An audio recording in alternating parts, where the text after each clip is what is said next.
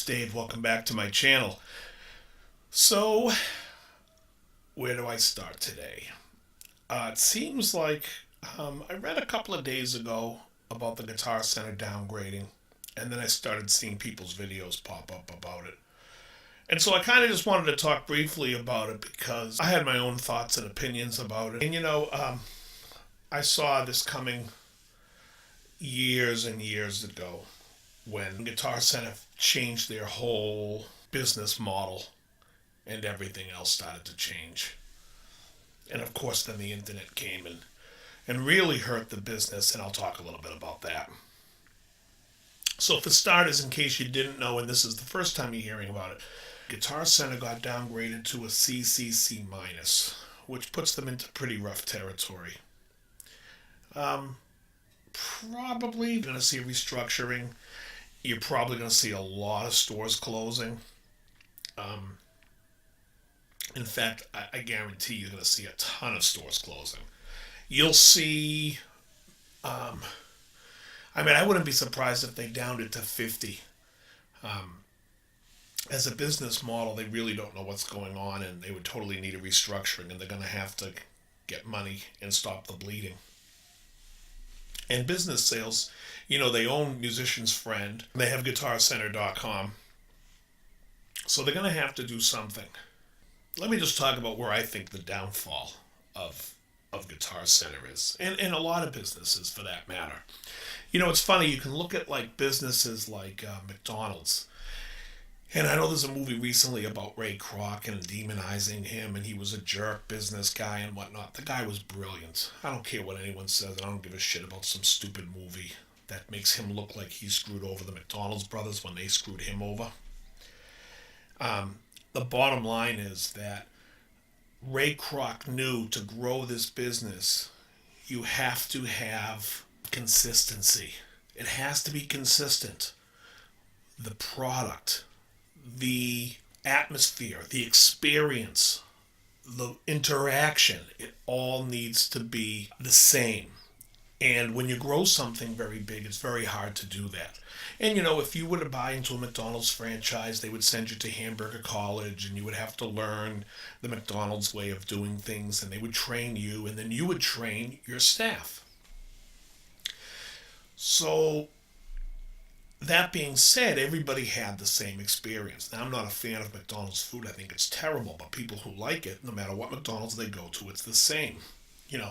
People in Massachusetts love Dunkin' Donuts. I think it's awful. In fact, you go in and it's like the food is terrible. Some of them have fresh donuts. Some of them, the donuts feel like you're eating 3-day-old donuts. So therefore, I just can't stand it anymore. But, they lack consistency.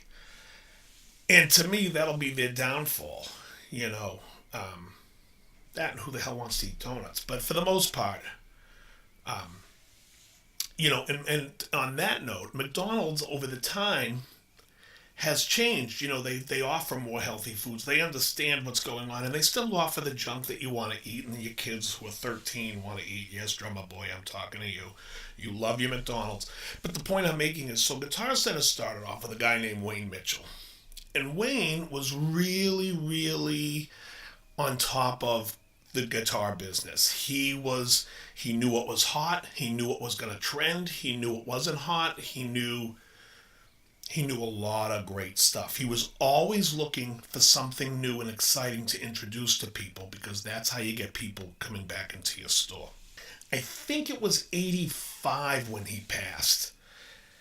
And was it Ray Shears who took over, who was kind of like his protege, and from what I hear, excellent as well. Really kept his thing alive. And yet then we had Larry Thomas come in, and they brought the company public. And that, to me, was the beginning of the end for Guitar Center. So what happened then was Guitar Center started becoming, this is what our model store is going to look like. This is what we do. This is what we sell. And, I used to rep several companies, and we used to try to get meetings with them. And they don't even want to see new products. It's like they have their product and they have their, which is like, well, how are you the leaders? Well, at the leader. How are you the leader of the guitar business market, and then but you don't want to see anything new or exciting. I mean, you're really the followers. You're not even, you're not a leader. And so that started happening. And, they became very much about the bottom line, the dollar. Like, oh, if we sell 5 Strats, we're going to sell them. Get me that color, that color. We'll just keep selling that. And then Les Pauls, and we'll sell that. And they really got caught up in their own game of we know better than you. And, it's a stupid game to get involved in because it's like, I'll tell you, I worked at West LA Music, and anyone that's been in West LA Music knows Rick Waite. Rick Waite now works for Sam Ash. Rick Waite's a great guy. A pain in the ass to work with, but a lot of fun at the same time. I loved him. And the thing about Rick was, Rick said to me when I first started, I remember him saying to me, you have 2 ears and 1 mouth. Use them to that ratio. And I was like, okay, I kind of get it. Like, he's telling me to listen more than I talk. And really, it speaks volumes because it's the opposite of what those chain stores do. I mean, they're basically telling you, not necessarily in the physical salesperson sense, but in the business sense, here's what we carry. We don't want to hear what you have to say. I mean, that's how the whole music industry is set up from NAMM. The dealers go to the NAMM show and the manufacturers tell them what's going to be hot this year, and the people are like, okay. And meanwhile, the people who are buying it going, no. We don't want a robot guitar, Gibson. Sorry. Fender, yeah, we don't care about your sound cards in the back of your guitars. No one gives a shit. It's like everyone's trying to make a better mousetrap that does everything except catch the mouse. It's like, oh, this mousetrap has flashing lights. Oh, is that going to attract mice better? No. Oh, great. So it's just flashing lights. Yeah. Hey, if you want me to take a dump in a box and mark it guaranteed, I will. I got spare time. But for now, for your customer's sake, for your daughter's sake, you might want to think about buying a quality product from me. Okay, I'll buy from you. Oh, that's... What?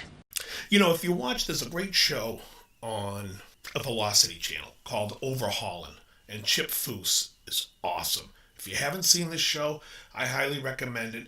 Chip Foose is a genius. And what he does is they restore old cars, but they're putting in better engines. They're making the interior nicer. They're putting in a better stereo that the thing would never have had. They're doing things that you want as the driver of that car. So we could take a look at the Fender Strat. Put humbuckers in it. Make it a super Strat with a locking tremolo. Great. That's been being done since 1983. So what innovations are out today? Well, if you go into a store and you want to buy a Strat, you're going to buy, every one of them has the same feeling neck, the same this. Everything's the same. It's like they make 97 flavors of vanilla and they're scratching their head while a little mom and pop shop with only 31 flavors is crushing them. And I say that because you can go to stores there's some great stores. Norman's Rare Guitars out in Reseda, California is awesome. True Tone in Santa Monica, on Santa Monica Boulevard, just west of Lincoln, is awesome. In Massachusetts, you have the Music Emporium, which has the greatest selection of acoustic guitars and some great Collings electrics. South Shore Music in Weymouth is fantastic. I mean, these are places where you go in and you have a good experience. If I didn't mention your store, I probably didn't have a great experience in that store. But, because of this, you're not just going to see Guitar Center doing poorly and having to restructure. You're going to see a lot of manufacturers do the same. Manufacturers, they don't really care what you want. They're going to try to show you what's the hottest thing, even though I already said that. Another point I want to make is when you go into Guitar Center, Guitar Center is supposed to be the mega store. Go on their string wall and try to find me Diodario EJ11s, 8020 bronze, a standard item in my opinion. They don't have it. It's not that wall. When you walk into Guitar Center, and one of the reasons why Guitar Center is dying is, you go into a store to buy something that you want to buy that day. You want it in your hand that day. If you don't want it in your hand that day, you can go on Amazon. Amazon will send it to you in 2 days. So, that's where Guitar Center is getting killed, because let's say you want a set of strings. You go in a Guitar Center. That string wall should be the greatest thing, with every string, Martin, D'Addario, every D'Addario one. I mean, if I want electric mandolin strings, they should be there. And if they're not there, well, now I'm buying them on Amazon. And you know what happens after I buy once or twice on Amazon? I don't feel like getting in my car and driving over to the Guitar Center. And nobody does. And then when you ask somebody over there a question, it's like, you may as well just flip a coin. Am I going to get the wrong answer or no answer? You got a 50-50 chance. I mean, it's tough. It's brutal. It really is. I would say it's sad, but I don't care less. I could care less about Guitar Centers. I think the rise of mom and pop shops should happen more. Or, if you're going to try to come up with a big box store idea, make it so it's wow. If you're buying stereo components and you go to Best Buy, they have every cable on that wall. That's what you want to see. That's what you want to see. You don't want to sit there and have to go run somewhere. And after a while, people are just sick of just not getting what they want. And what they're going to do is they're going to order it online. And so now then Guitar Center has to compete online. And are they the best online? Who cares? No one gives a shit. I mean, you can get it from Amazon. You can get it from, all these different places. And then when you're on there, now you have to deal with reverb. So if somebody has it brand new in a box, but they're not a dealer, they're undercutting you. And you can get it cheaper. So, like I said, I don't have much sympathy for them. I think, the training of that company is pathetic from the top down. I think that they don't look at what's new out there. They're not trying to, there's no effort. So from a point of view from where I was coming from, I was expecting them to keep going down. And I remember when Bain Capital bought them, I'm like, well, that's just another rung down the ladder. They're just going to keep going down. In the overall scheme of life, I could care less. I could care less if they closed every store and went bankrupt. I could care less. It doesn't affect my life. Somebody else will fill that gap. Actually, the last guitar I bought at Guitar Center was in 2004. And I recently sold that guitar to my buddy. It was a Les Paul Studio, one of the worn brown woods. And but I think that was the last time I bought anything at Guitar Center. And at the time, I was doing repairs for a guy in Studio City. I was working on his guitar, so he gave me the deal at cost, or else I would have never even bought it. And when I say cost, that's cost plus the ad pack. The $150 that they add on to every guitar, or something like that. It might have changed the number, but they tack on a cost for the stockholders. I mean, it's a nickel and dime company, and it's like, you have to do that when you're selling the same crap as everybody else. Also, they stopped really selling, I went into culture shock coming to Massachusetts, because in Los Angeles, you go into Guitar Center and it's like a lot of high-end great gear. Hollywood store, Sherman Oaks store, West LA store, great amount of high-end gear.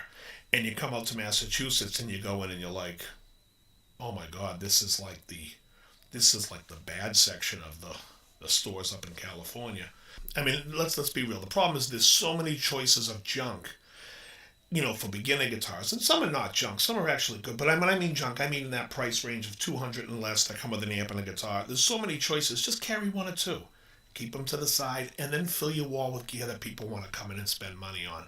Yeah, your problem is you let everyone touch your guitars. I mean, there's a friend of mine and I, we call Guitar Center peanut butter and jelly, because when you go if you look at any of the guitars, there's like the strings are so dirty because people's, you got little kids with their hands covered in peanut butter and jelly playing them. So I always refer to Guitar Center as peanut butter and jelly. My buddy will call me and go, hey, I got to run a peanut butter and jelly. Are you in the area? I'm like, nah. But that's what we just call it that. But anyways, yeah, they're probably going to be heading for some definitely restructuring. I could definitely see a lot of stores closing. And they should. I mean, there's probably 3 in 20-minute driving distance from me, maybe 25 minutes. Yeah, 20. and they all look like they've been looted. I mean, they're just like, they look barren. You walk in and the guys are like, "Hey, can I help you?" I feel like I should be helping you. Just another side thought. Guitar Center is like the biggest guitar store in the world. You go in their stores and like their pedal display, it looks like, I mean, I ran a store called Alva's in San Pedro. That pedal display was like, they had like 70 different lines. It was unbelievable. People walked in and they were like, "Oh my God." You walk in a Guitar Center and you're like, "This is all you got?" I mean, it's just dropping the ball.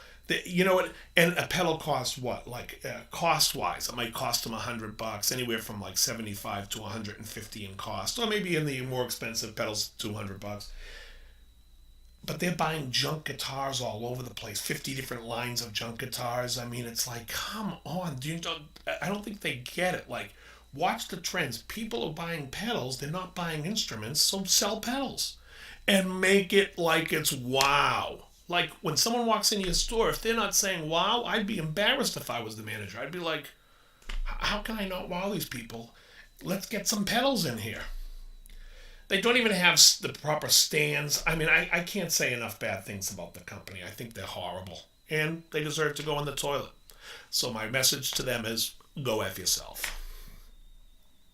On that note, I got nothing else to say. I did a little bass thing in the beginning there. I know I play bass. I do a lot with my thumb because I feel like the fingers, they make a, like, then you have to like really squash the compression when you use your fingers, at least for me.